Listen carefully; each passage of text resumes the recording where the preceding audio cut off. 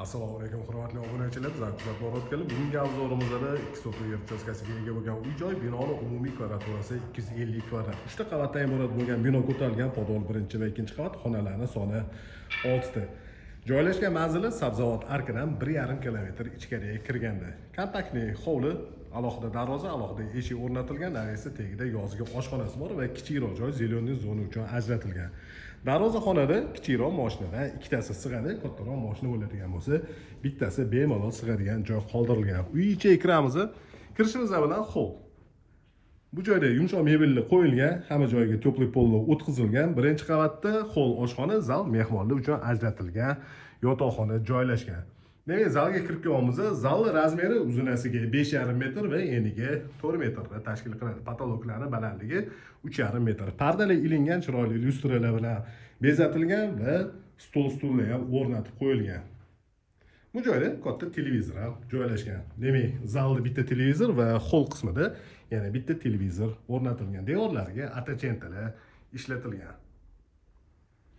Demak, gilamlar ham yozib qo'yilgan, tayyor holatdagi uy. Bu joyda oshxona bo'lyapti.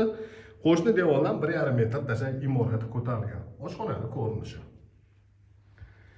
Mehmonlar uchun ajratilgan yotoqxona razmeri uzunasiga 4,5 metr va eniga 3,5 metrni tashkil qiladi. Bu joyda birinchi qavat uchun umumiy sanuzel. Unitaz va dushi smeysitellari installyatsiya qilingan. Demak, birinchi qavatda hol, oshxona, zal, mehmonlar uchun ajratilgan yotoqxona va bitta sanuzel bo'ldi. Endi imoratda ikkinchi qavatga ko'tarilamiz. Ikkinchi qavatda 4 ta yotoqxona joylashgan va asosan razmerlari bir xil. Ikkita sanuzel bor, ikkita sanuzeldan bittasi ota-onalar uchun ajratilgan yotoqxonaning ichida. Demak, ikkinchi qavatga ko'tarilganda o'ng tarafimizda ikkita xona, chap tarafda ikkita xona bo'lyapti. O'ng tarafdagi xonalardan birinchisini ko'ryapmiz. Bu joyda kichikroq balkon qismi ham bor.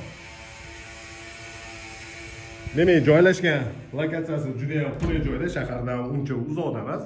Sabzavot arkidan 1,5 kilometr ichkariga kirganda. Narxini описаниyaga yozib qo'yamiz. Narxi ham unaqa qimmat bo'lib chiqmagan, shoshilinch ravishda sotilayotganligi uchun narxi sal yumshoqroq qilib qo'yilgan. Ikkinchi qavatda joylashgan ikkinchi yotoqxonaning ko'rinishi. Bu joyda ikkinchi qavat uchun umumiy sanuzel joylashgan. Va ikkinchi qavatga ko'tarilganimizda chap tarafdagi xonalarni ko'rib chiqamiz. Xonaning razmeri uzunasiga 4,5 metr va eniga 3,5 metrni tashkil qiladi. Shu xonaga tegishli bo'lgan sanuzel.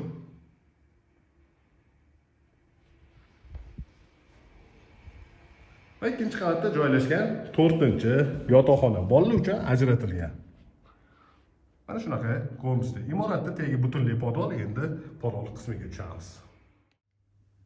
Podolda ikkita xona joylashgan, bittasi katta xona, mana shu ko'rib turgan xonada forchkadan tashqari yana bitishkalari ham o'rnatilgan va kotelni. Duxkontorniy kotel, suv uchun boiler, расширительный bak va водяной nasoslar joylashgan. Bu ko'rsatgan uyimiz Sabzavot arkidan 1,5 kilometr ichkariga kirganda 2 sotuv yer uchastkasiga ega bo'lgan uy-joy. Binoning umumiy kvadraturasi 250 kvadrat, xonalarning soni 6 ta bo'ldi. 3 ta qavatdan iborat bo'lgan bino ko'tarilgan, podol 1 va 2 qavat.